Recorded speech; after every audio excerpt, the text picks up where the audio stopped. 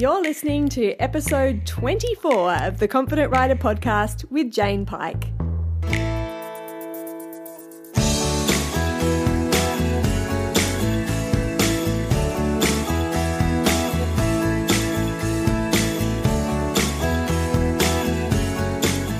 I am so looking forward to this episode. We've actually just been having a giggle, and I'm going to be trying to rein it in for the entire time that we're talking, because I'm here with the wonderful Kerri Lake. For those of you who don't know Kerri, she has written one of my favourite books ever called Listen Like a Horse, Relationships Without Dominance. So thank you so much for hanging out with me today.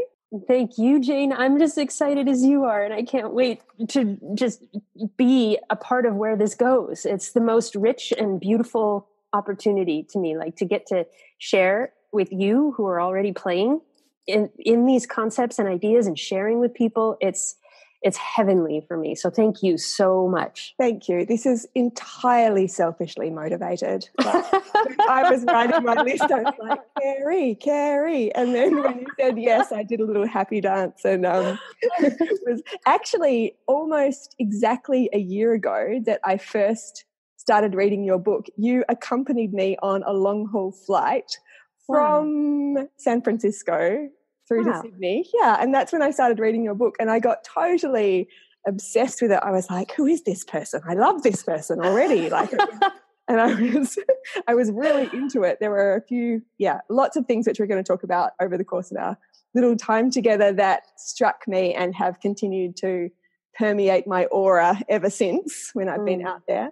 But if you don't mind talking a little bit about, I guess, the backstory that led you to want to write this book or bring these messages to the world. Like what motivates that for you? Where did that come from? So literally since age 3, when I was connected with the animals and they made sense. I would lay down in the grass and listen to the music because it made sense.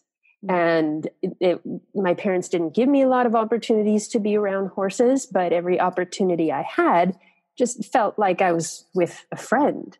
Yeah. And so I just started paying attention to what that felt like to be with a real friend. It's a different feeling. When I was 11, I knew I got the insight of pay attention to how you're learning this, so that one day you can share it with people. It was paying attention to how my awareness listened to and felt people, felt emotions, felt animals. So I wouldn't say at that time that was like, I knew I was going to be writing. I just knew I would have something to share. So where Listen Like a Horse came from is actually a fantastic little story. I was staying in a cabin up in the mountains outside Idlewild down here in Southern California. And I was snowed in at the cabin. I hadn't been out off the property for like 4 days. And I was like about to go Jack Torrance on somebody and start chopping somebody with an axe. And I just literally put my hands to the sky and said, what is going on here? What are we doing? And there too, the insight was sit down and write. So I hadn't really planned out, I'm going to write a book, but the perfect storm of isolation arrived for me to sit down and listen to what was in my heart. The universe was like, look, we've chosen her, but she's way too active. We're going to have to block her in somehow. Yeah, sit still, girl. Sit still. So, and literally, that's very literally what it was. I wish it was some, fancy, I sat down and journaled for a year. No, not at all. And so when I just sat down to write, I would sit and just listen for what I was feeling and what images or memories would come from what I was feeling, and just relaxing into my heart. And then it started coming out as the stories about Cooper, who was one of the horses I was taking care of at the time, actually. And then I just started asking the questions. How can I tell this story in a way that teaches without making anybody right or wrong? How can I tell this story without trying to tell people what to think? Yeah. I love that I can help them recognize their own wisdom. And that was hard, huh? Yeah, that was like uncompromising. If I'm going to sit down and write this book or any book, I want it to be one of those things where You can open to any page and find a bit of wisdom. And then if you it might just be a story. It might just be enjoyable. Or if you really feel yourself and you want to listen in different ways, then how can I let my stories help you see your own magnificence? Mm-hmm. And then, how blessed we are that there's horses. Aren't we just? Aren't we just? I mean, I was going to ease people in slowly, but frankly, that's just not going to happen. So let's dive right in. And what I'm really interested in, or what it appears like to me, is that this whole level of communication that happens between us and another being that perhaps isn't human, because we are then divorced from that ability to communicate verbally like we might normally, like you and me talk, and that's our primary modus operandi.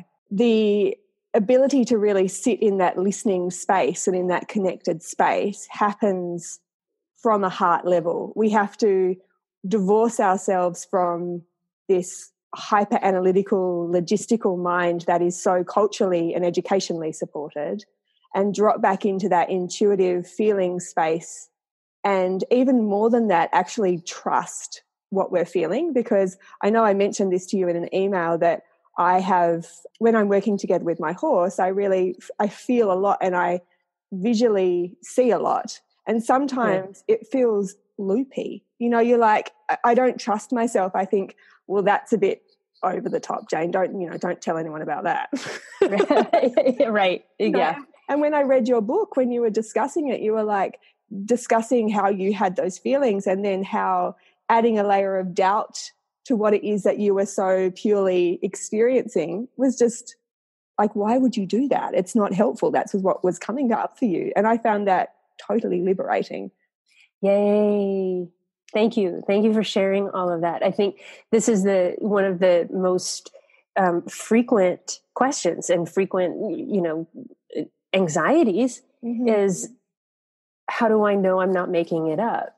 And how do I know I'm getting it right? Right. Yeah. So when we're listening from that heart level, from an open-hearted, heart center, open place, because that heart center is the energy, the dimension, the space that is common among all of life and among all species.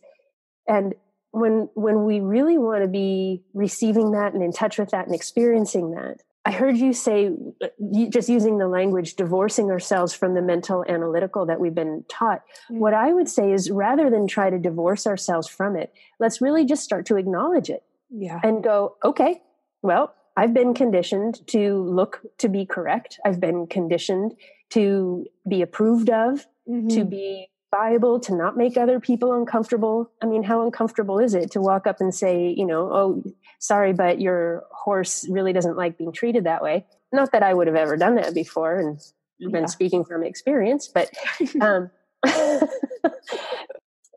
where we really start to make ourselves available to the richness of connection and that sweet magic that's so natural is not by holding away any aspect of ourselves, but instead to acknowledge, okay, here's how the mind functions, and that's what it feels like when the mind is doing its thing. Here's how the heart feels when the heart's doing its thing. They might be a little different. So, and when you start to recognize, here's how this feels, here's how that feels, then it really isn't even about being correct or accurate. It's more about just being willing to see what you actually feel and take a step in the direction that feels like the heart. And it just takes a little bit of experience, and the beauty of it is when we walk toward our heart, the horses are seeing all this stuff anyway. The other species are already feeling what our mind is doing, what our heart is doing. We're just catching up. Yeah, just because it's not taught in kindergarten, right? Yeah, we weren't given the empowerment and the guidance to say, tell me how your heart feels when you consider this, and just, okay, it's not right or wrong, but let's see what happens if you move in this direction or that direction, so you can self-validate. Yeah, I love that so much. I know that personally and professionally, like, I've moved away from well, being in the area that I am, like psychology and mental skills, like it is very easy to get into that analytical space as well. And I went through the motions, which I think you do when you're learning for a while, when you're trying to, become a craftsman at something, you go into what other people have told you to think about things and you learn those ways. And so I went there, and then I'd say sort of 3 or 4 years ago, I'm like, I'm really missing something here. Like the piece that I was missing was the heart piece. We can't just be in this place. Like we have to be in this place as well. And so I literally reconfigured everything to involve 4 different quarters, which was the logistical mind and the analytical mind, but also the emotional and the physical and the instinctual. And all of those things have to be working, they're in flow anyway, like you say, but some of us we have hyper-developed awareness of one aspect of ourselves, and to be able to drop back in and approach things from an integrated place, I guess, is what for me I'm sort of trying to move towards. So, and I love that word. It is integration, right? Mm-hmm. Because we get identified with I am, look at Descartes, right? I think, therefore I am. Mm-hmm. If we're really going to be honest about it, it's I think, therefore I think, right? Yeah. Infants aren't thinking, and yet they are, so therefore I am. I'm here. Yeah. Right. Yeah. Let's start there. Yeah, exactly. Well, I seem to exist. So let's see, what can we do with this? Right? Where shall we go today with this? And so because, and again, just going back to the human psyche and how we build our society, because we're taught that doing something pleasing is rewarded with approval, mm-hmm. right? Then we end up learning to identify with thoughts and behaviors that make other people give us approval. Mm-hmm. Now, like the key to being free of that is to not judge it. And just to go, oh yeah, that is kind of how it was built. Huh. Yeah. And then we can ask, because that's the mental side, then we can just go, okay, so what else is here? Mm-hmm. All right, that's the mental stuff. Mm-hmm. I wonder what else I am. Mm-hmm. And right there, just being able to like toss that question out, the ability to ask that question is the acknowledgement that there is more of you already. Yeah. So from there, okay, how does it feel to feel my heart? How does it feel to feel my horse connecting with me, or connecting with my family in a new way? It's not limited to other species. It's even not necessarily a conversation about getting to know our horses better, because if I want to feel what my horse is communicating, it really helps for me to understand my own system and know how well can I know my own feelings and my own sensations, my own sensory information system. Yeah. So that's where the clarity comes from, where you never have a doubt again. You just, in confidence is no longer even a thing, because you just go. Oh, I love that. Have you watched Oprah on Super Soul Sunday, when she has like a moment and she clutches the book to her chest and she goes, I just had an aha moment. I just had an Oprah moment then, Kerri. I was like, if I was Oprah right now, that would be me clutching the book to my chest going, mm-hmm, yeah. That's so beautiful. I love it. I've been discussing this, and I don't know what your thoughts are, but when it comes to reconnecting or reintegrating with that heart piece, it's almost like you have to create an intentional space to check in with how it is that you feel in relation to the situation that you're in. And the way that I've been thinking about it is, if you have a child that's with you all the time and you never ask their opinion, or you never think what it is that they think about something, and then all of a sudden you go, what do you think about that? And they look at you and they've never been asked before, so there's a blank stare. But if you continue to ask what they think about something, soon they offer more and more information until telling you what they think about something is just naturally given. And that's the way I think about, that's the way I've been thinking about it when I've become disconnected from that feeling of, or literal feeling and sensation. And I just take that moment to check back in. And in the beginning, you might not hear anything, or you might just hear a whisper. But if you just keep asking, then it starts to become a very normal part of the process. I love that. It's really, really beautiful. And there's a whole idea of love yourself, mm-hmm. and self-love as being a part of our journey recovering ourselves, reclaiming ourselves, healing from whatever it is we've experienced. My question is how much love do you feel when you sit across the table from a friend and they just listen and they don't try to change you and they don't offer you advice? They just sit there and they let you speak and they actually truly listen, right?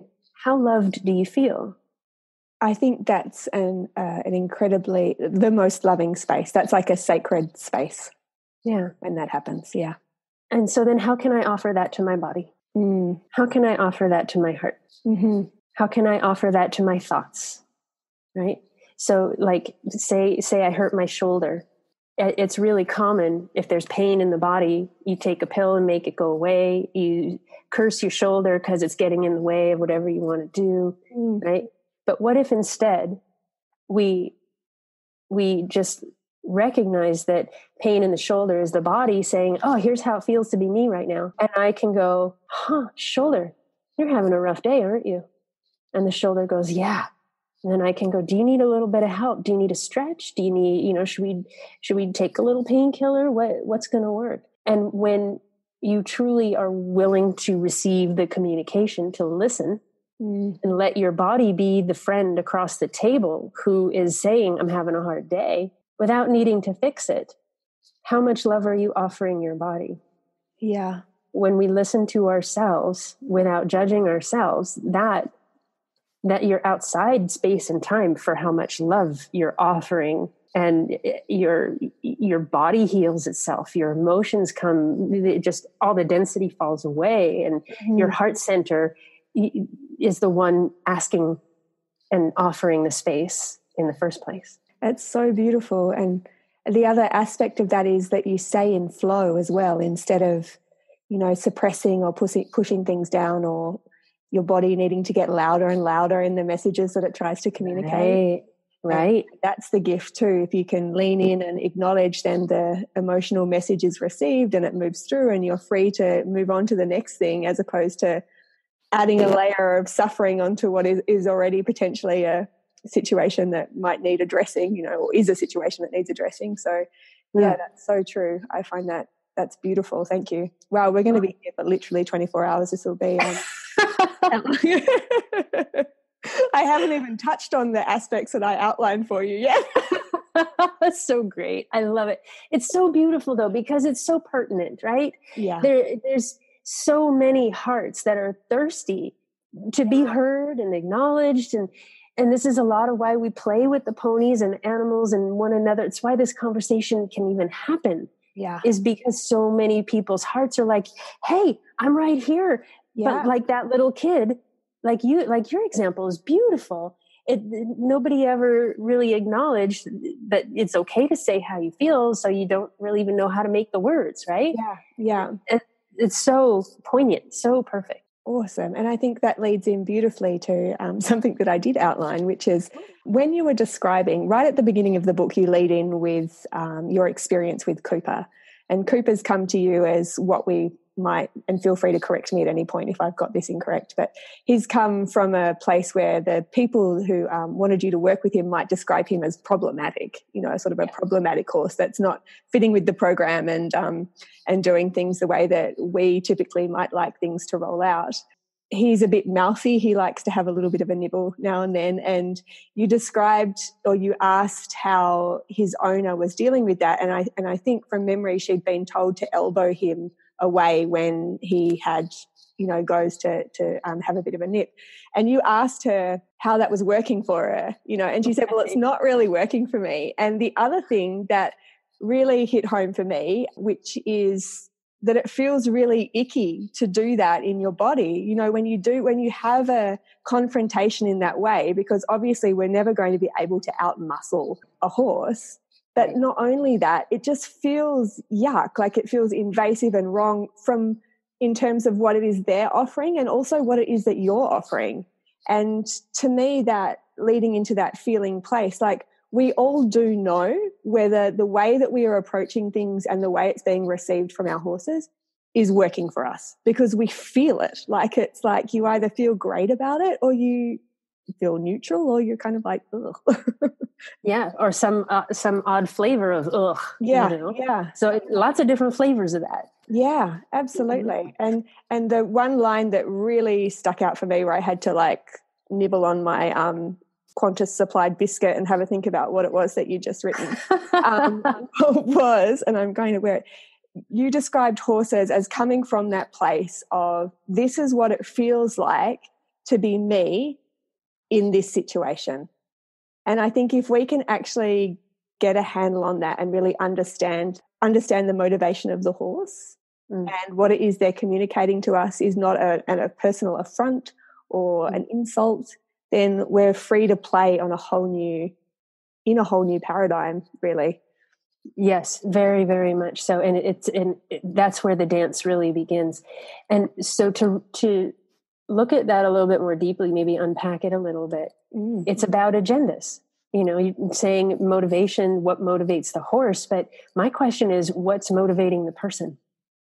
Because we're the ones that are bringing suggestions to this horse about how they should be different. We're the ones that say, okay, horse teeth biting, pain, bad behavior, unsafe, change it, right? And so if I'm the human and I have this idea that I want that behavior to stop, I'm walking in with an agenda, and the horses are going to feel the agenda a mile away. Now, when a human has an agenda, there's language that's been given to that called predatory, predator and prey, right? If I show up and I have this idea of what I'm going to do to you, at you, with you, for you, right? Then that is an energy of forcefulness. That's an energy that will feel dominating to the horse. So now that's not bad and it's not wrong.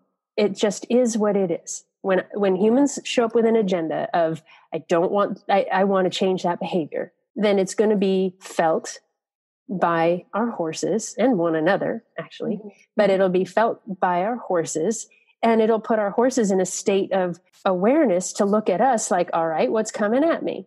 The horses are not sitting there going, all right, what am I going to do to her in return? And that's where that thing about not taking it personally it can get a little sticky for people, because, people have a hard time seeing their own agendas, or seeing even their best intentions can feel like a harsh agenda energetically. And people have a hard time with that because they want to be doing a good thing, but it still feels like an agenda energetically to a horse. And so horses can feel that. And it can feel like pressure. It can feel like poking them with something. When a horse feels that pokey energy and they swing their hip, or they walk away, or they might even turn and walk toward you with their ears back, or whatever their response might be, or they might give you their head and their teeth. Their response is not to say, well, you're doing that to me, I'm doing this to you. Yeah. Right? Yeah. That would be a human. Yeah, exactly. That would be a human thing. But horses are saying, I feel this energy. It's coming at me. Here's how it feels. And this is my behavior when I feel that, because I'd prefer to not have it. Or this is how I react and respond when I feel it. Yeah. So it is very much a response from their own uniqueness to what they're experiencing in their environment and their ambiance and their awareness. And, of course it's multifaceted, but in a simple way. Well, not at all is it an eye for an eye. It's absolutely about them saying, I feel all that around me. And here's me. Here's how I respond when I feel that stuff. And then I'm free for my next move, Yeah. When you talk about that, and I sort of get some visuals playing out about how that might unfold, the other thing that seems really relevant is that they're very much in response and in communication with everything that's happening in the moment. So there's a fluidity to their responses that actually move with what it is that's happening. Whereas we tend as humans to be a bit more compartmentalized and fixed and make decisions about what something means and then show up the next day with that information in mind. Whereas for the horse, it's still in this, constant energetic resonance, I guess, with whatever is happening around them. And like trust is a really good example of this, isn't it? Like, you know, with horses, when they're to cultivate trust, they need to be in constant communication with their herd about what it is that's happening in the environment in order for them to feel safe. We have this idea about horses letting us down, therefore we can't trust them, which is a much more fixed understanding. Am I making sense? To me, yeah, absolutely. Yeah. Absolutely. So I think from a training perspective, it's that not carrying over these ideas about what something means, or that judgment like you're talking about, or not talking about. Yeah. Talking about I love that you brought up the scenario about trust and that feeling of I can't trust my horse. To me, there's an aspect of communication that a lot of people just maybe aren't aware of or misinterpret. And it starts by acknowledging that, you know, horses are constantly in communication on a sensory level with their environment, with one another, with the birds, with the trees, everything. And so are we. They're just much more aware of what's going on and able to consciously respond to what's going on. Humans have this unique ability to, as you say, compartmentalize which environmental information we find significant and which environmental information and sensory information is dismissed or not even recognized, right?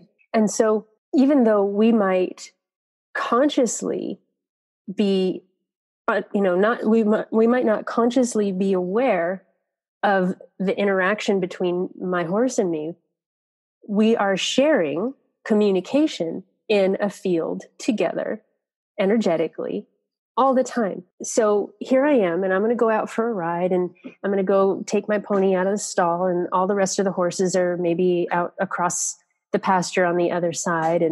And here my horse starts to get a little bit tall and a little bit tense. And then I start looking at them and start to feel like I can't trust this horse. Where I go with that is, what if we just stop making it directional? Let's not look at it as me trusting him trusting me. Let's look at the fact that, okay, there's an absence of trust here. Let's just look at trust for its own thing without assigning it a direction or assigning it a source or assigning a reason, and just simply acknowledge, okay, we're actually both feeling an absence of trust here, both my horse and I. So now that I've noticed this, can I come to my heart and let myself be a bit more available to my environment and see what can I do to bring a greater sense of trust to myself, to my horse? It doesn't matter, because if I start feeling more trust because I've listened to myself and I've taken action to restore a sense of trust, my horse is going to feel it too. That's so beautiful. So beautiful. And you re-embody yourself at that point too, huh? Instead of everything going out and being this, looking out for what it is that's not working, you like step back into yourself and make that assessment, which is like a home run. Yes. It is what, when we feel masterful, when we feel very, very confident and very accomplished, it's because we have this relationship with our body. We have a relationship with our senses. We have a relationship with our mind.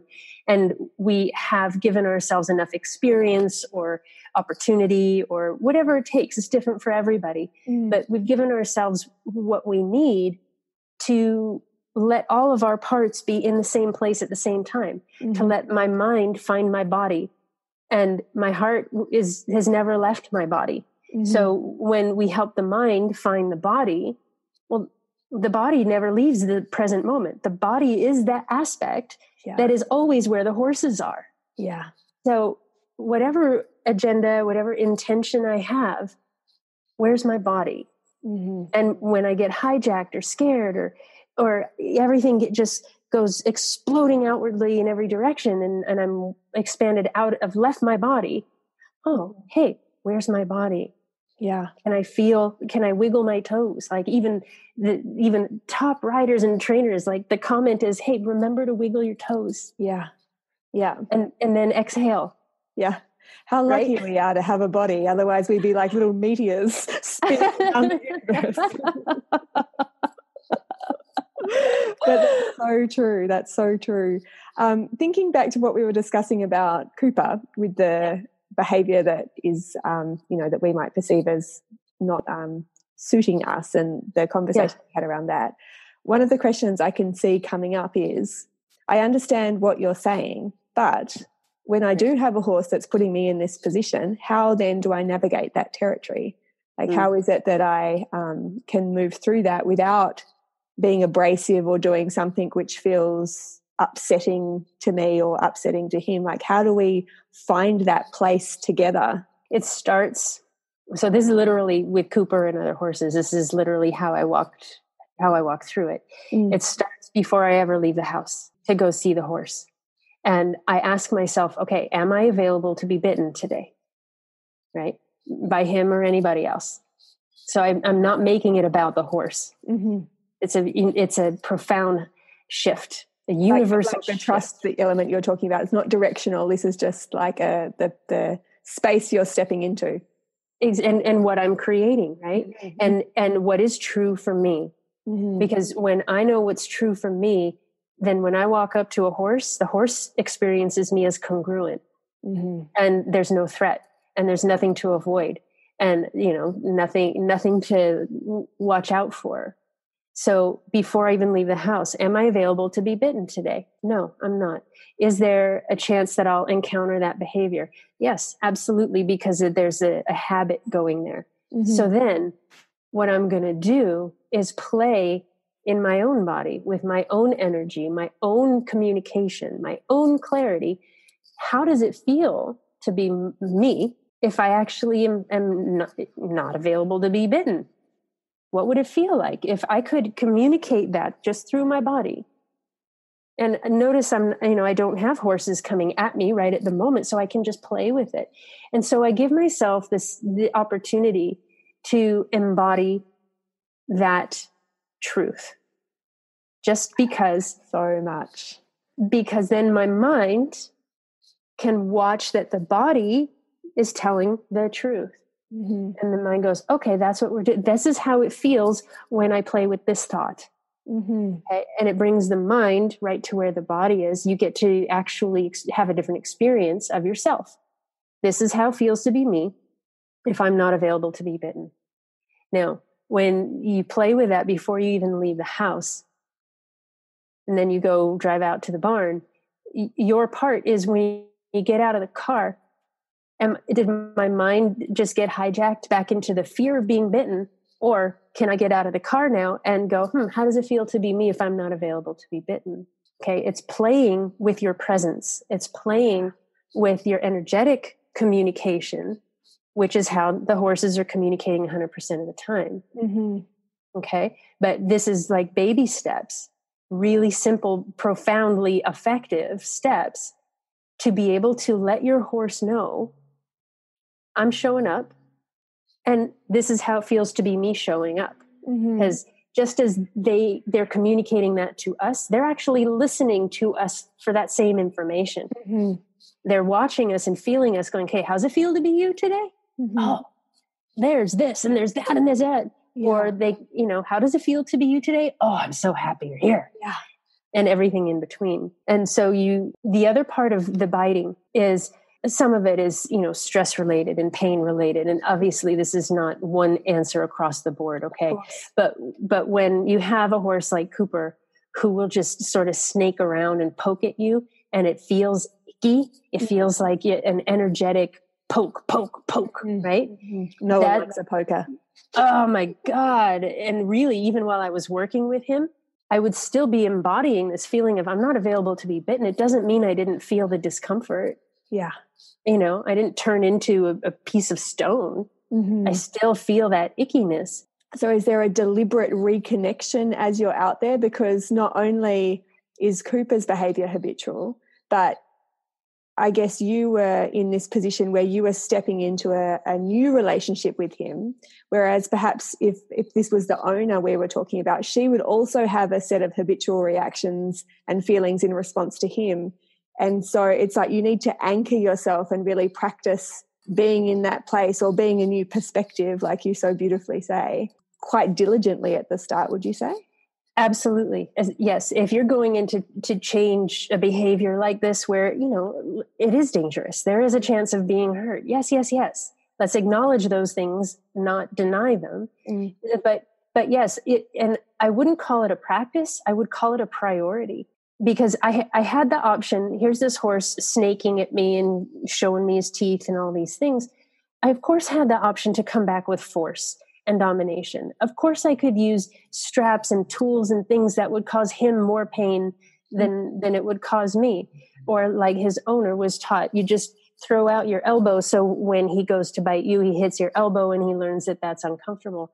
Well, that's one way to do it, and it feels icky. So my priority was, how can I communicate to this horse that I'm a different kind of person? How can I show up so consistently, energetically, without denying what I actually feel, right?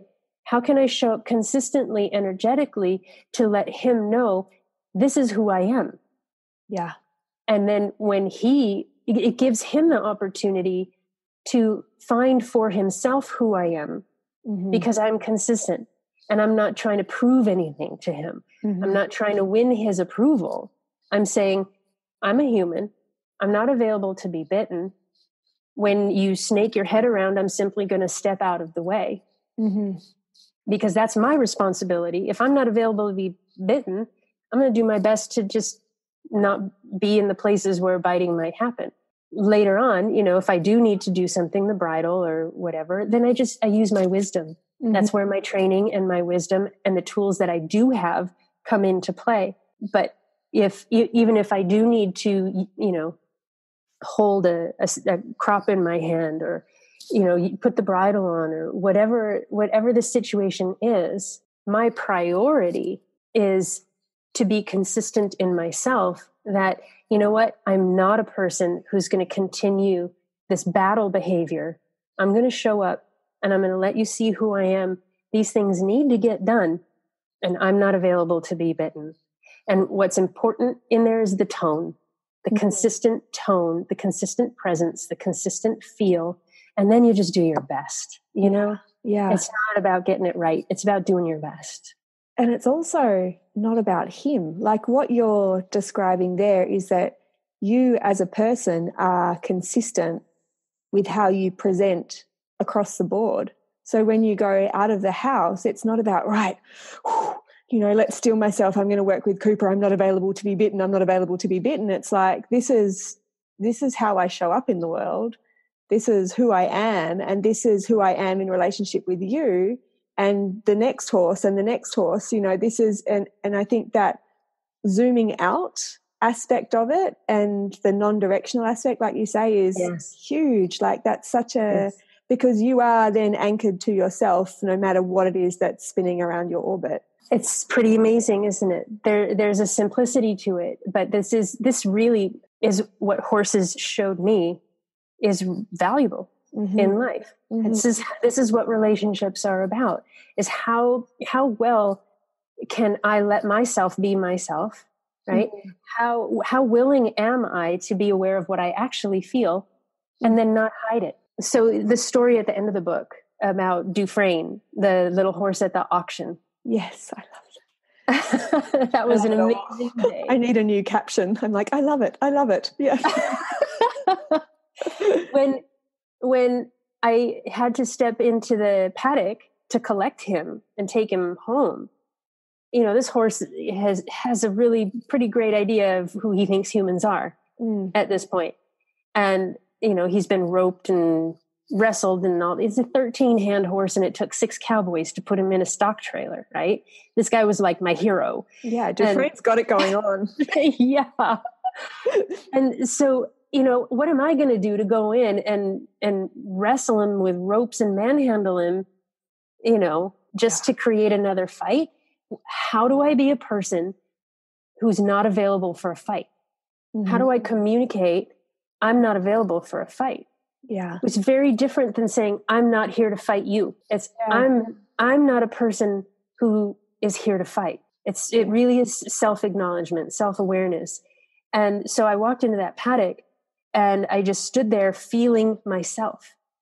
I didn't and I had the pictures, and I was showing him the videos and the pictures of where I would love for him to join me in this pasture where I want to take him, letting all that happen. But at the same time, the most important thing that I could do for him was be honest with myself. If I was afraid, I let myself feel afraid, and then come right back to, why am I here? Why am I doing what I'm doing?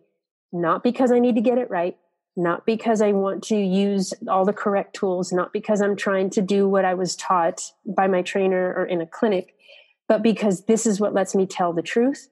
The horse will feel a total absence of threat because I'm consistent and congruent, which is different than good or bad, right? Yeah. I'm congruent. And so I just stood there for 10 minutes and let him you see what you're going to see, buddy. I think we call it vulnerability too. You see what you're going to see because it's all there. And doing that just for the sake of doing it, that's me offering friendship. That's me offering him, this is who I am. I'd love you to come with me. And it is a different perspective for sure. And it's a different presence. And it is a presence that offers no offense, no defense. That's telling the truth. That's no agenda. Wow, that's so powerful. The thing that popped up when you were talking about that as well is that I work with a lot of different writers, and I'm blessed that for whatever reason, the majority of them are women. And the conversations that we're having all the time are around kindness and the ability to be kind and gentle whilst also assertive and strong. Having a boundary, I guess, that lets you show up in the world for other people and for horses and for everything that you need to be without being a doormat or without being, overtly passive to the point where you're inert, where you don't actually take any action in one direction or the other. And what really strikes me with how it is, and I know this is a slight tangent, but what strikes me with how it is you're describing this way of showing up is that there's such clarity and such strength, but at the same time, it's so loving and gentle, and it's everything, it's everything within this very clear, boundaried area of what's okay and what's not okay, but it's not even what's not okay and what's okay. It's more just how you're showing up. Yes. But within that, it's like you create the conditions for things to come to you in the way that you actually desire, as opposed to having to negate what it is that isn't working. Beautiful. Oh my God. Yes. Because boundaries are this funny thing. Like, it keeps certain things out, but it also keeps me in. Yeah. And I don't always get to choose what it keeps out. And so I wonder why I feel unseen. And it can create that loggerheads effect, hey, where you're like, not okay, not okay, not okay. Whereas actually we want to be creationary as opposed to reactionary. I love that. And truly, if I put up a defense, I'm pretty much guaranteed someone's going to bump along with an offense just because I just created a defense. And that's how polarities work. It's just opposites, and it's the magnetics of being alive in a physical world. So what I want to say is, for some people, using boundaries, creating boundaries is the most perfect thing to do, because it's the necessary step to start to feel empowered and to start to recognize, you know what? No, I can draw a line in the sand. And my heart is a kind heart, and I need to draw a line in the sand. So when it's appropriate, please play with boundaries. But when we're ready to go beyond that, it is very much about literally just emanating the presence of, here's what I'm available for, and other stuff not so much. And I reconfigured something in my head then. I actually just have to go and change a whole couple of tutorials that I did a couple of years ago. I'm like, I see where this should be changed. Yeah. Awesome.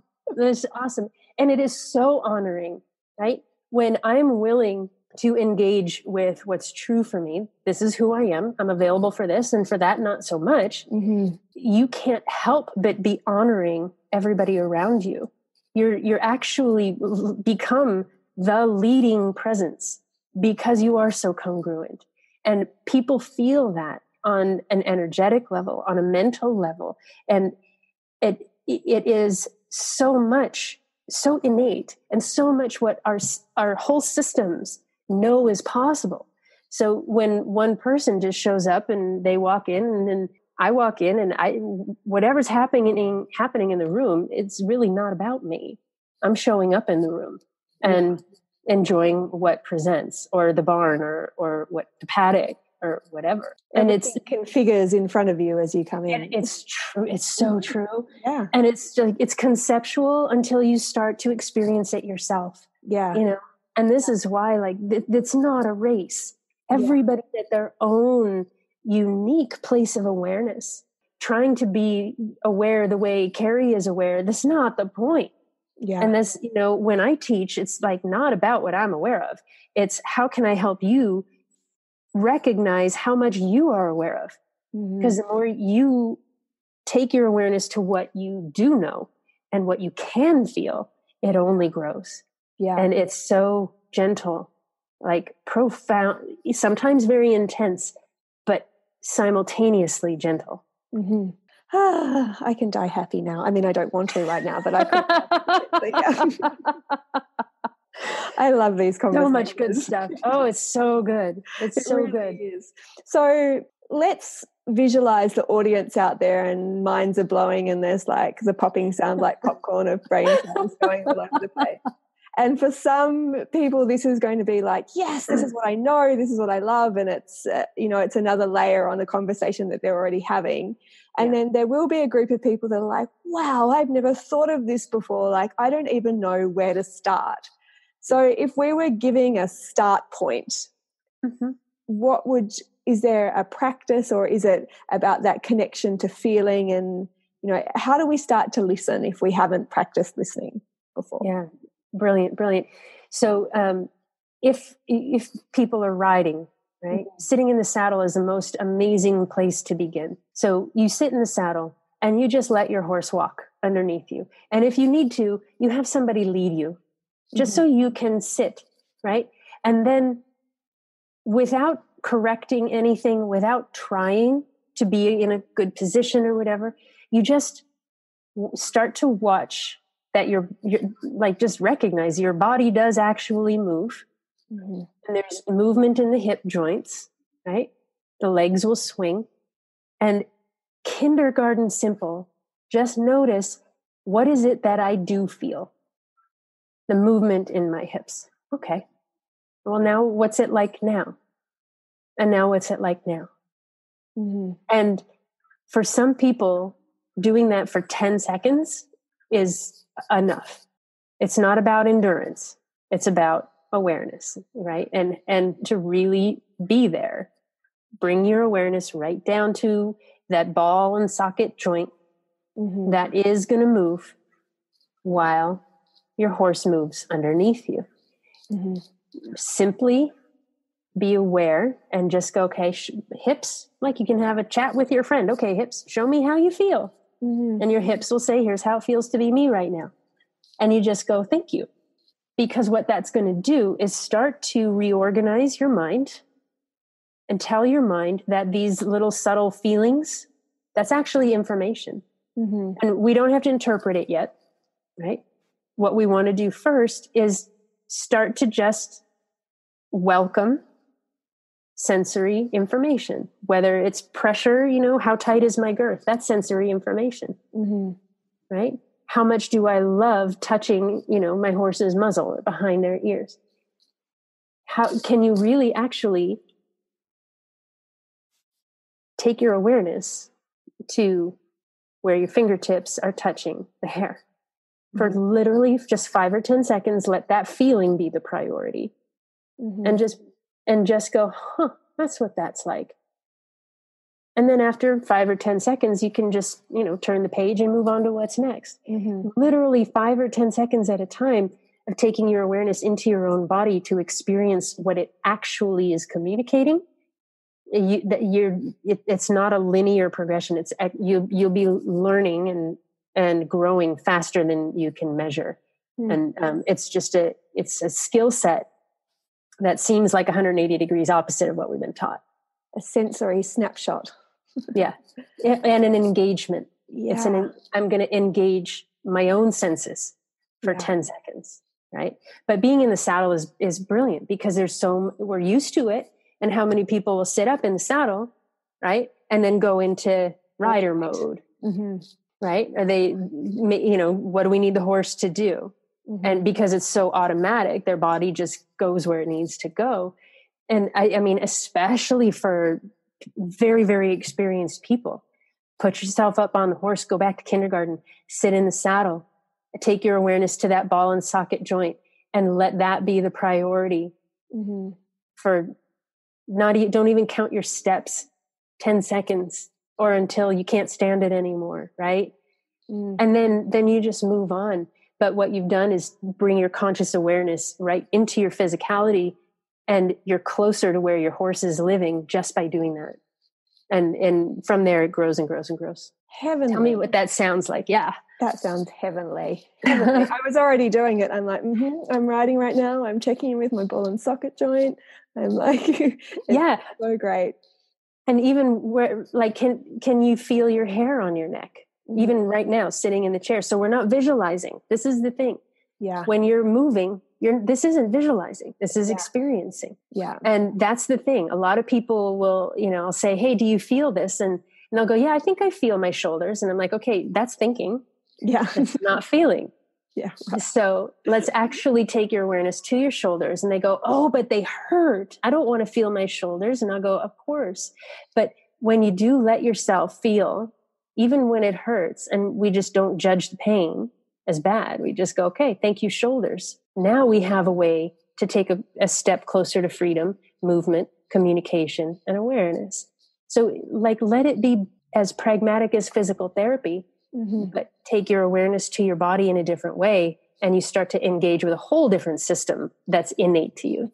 That's magic. Thank you, Kerri. So if the hordes actually want to find you and work with you and read your magnificence, where can they do so? Where can they? Thank you. Thank you so much. My website is kerrilake.com. There's a tab there for animals. There's a lot for humans though. So you can find, you can get signed books on there. There's a few recordings. There's an opportunity to work with me one-on-one remotely. And all of that you can find on my website. Listen Like a Horse is available on Amazon. And my new book, Spiritually Gifted, is also on Amazon. Listen Like a Horse is on Audible as well, the audio book. I have the Kindle version and the audio version, and I will be ordering the hard copy version too. Oh, that's fantastic. Thank you. Dedicated. I love it. I love it. It's been so much fun because people will listen to the audiobook on Audible from different countries, and then I'll go out there to teach. And they're just listening to me with this really kind of awesome, peculiar smile on their face. And they're like, you sound just like the book. Like it's the same voice. Other. Yeah, I know. It's so funny. Way back. Together. It's such an honor, because I mean, for me, like I said, I didn't start out thinking, okay, I'm going to make myself an expert in all of this. I was listening. I've been with horses since forever, just scraping for the opportunity to sit next to them, which is all I ever wanted. I didn't care about riding so much. I just wanted to sit on the ground with them. When I started learning, things really started coming together when I learned about Mark Rashid. He was one of the first ones for me where I'm like, okay, dude knows what he's talking about, and I can feel him. That was what's fantastic as well. He's so beautiful. He's got such a beautiful heart.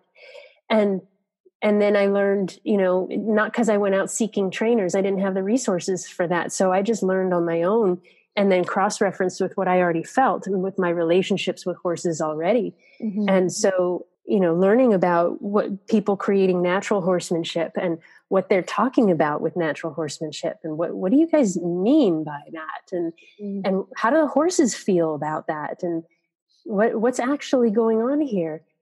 And in the course of just listening and living, what I started to realize is so many people really don't know how to feel themselves. They go to a clinic, they'll watch, or they'll go to their trainer and the trainer will say, watch what I do.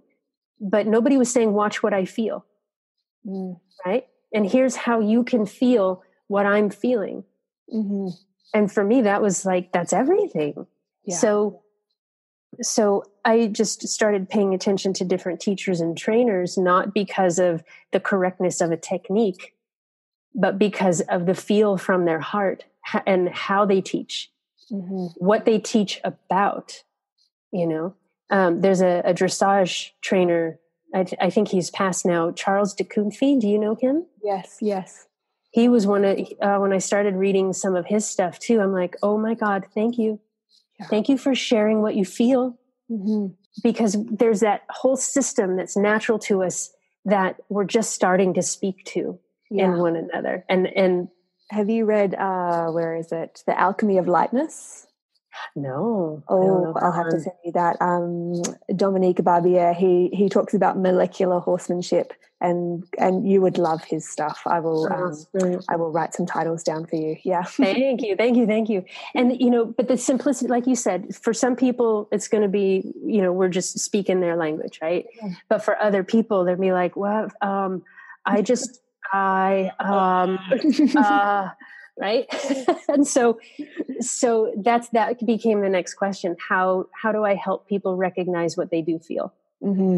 And then your innate natural systems take over, you know, rather than try to say, you know, here's the physics of it. And let's go there, 'cause it's fun. It's just a different realm of language and conception. Yeah. But really what's valuable is reconnecting people with their body and their heart, and then set them free so that they can express their heart through their body.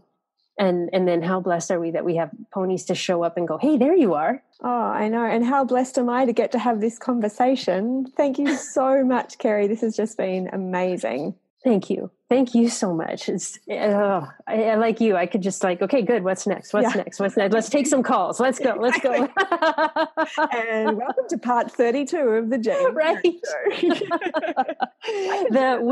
I'm joking, not joking. No. It'll be at least we're having fun podcast, right? Hashtag here they go again. Fabulous. Thank you. You're welcome. Thank you so much. I hope you enjoyed listening to my conversation with Kerri as much as I enjoyed having it. You can find out more or discover how you can work together by visiting her website, kerrilake.com.